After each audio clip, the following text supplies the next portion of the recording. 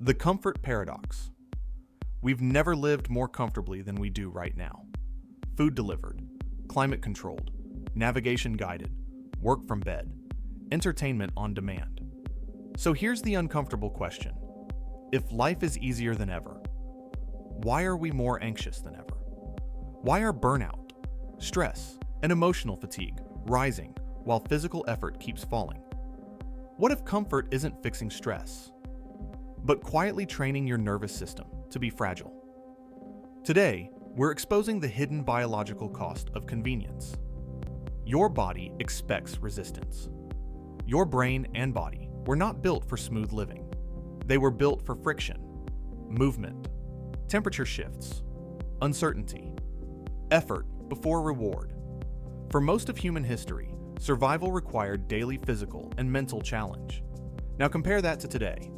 You wake up, climate controlled. You move, assisted. You eat, instantly. You solve problems, with a tap. The struggle is gone. Sounds like progress, but biologically, it's a mismatch, because systems built for stress response get weaker when never activated, just like muscles. The nervous system.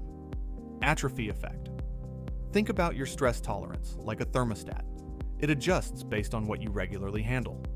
Past environment, cold mornings, physical work, delayed rewards, high variability.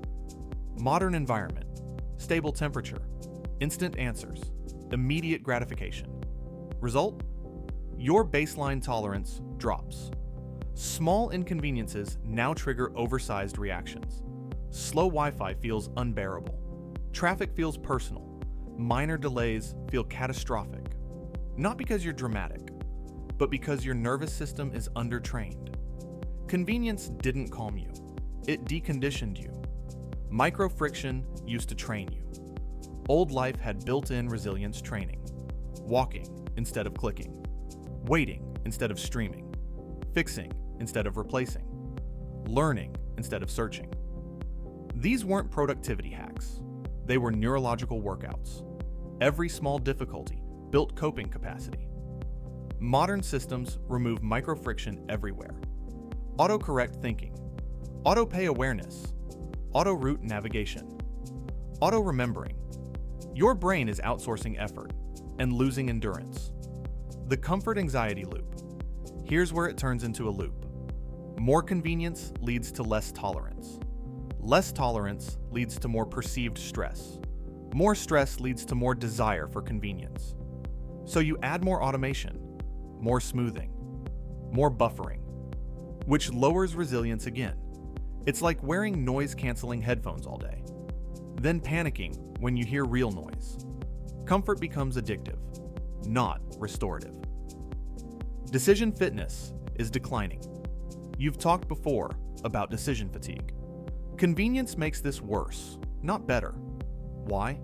Because easy access multiplies choices. Streaming instead of one channel. Delivery instead of one restaurant. Infinite scroll instead of finite options. Effort dropped. Decisions exploded. Your brain is doing more cognitive work with less emotional conditioning. That's a bad trade. You removed physical stress and replaced it with mental overload.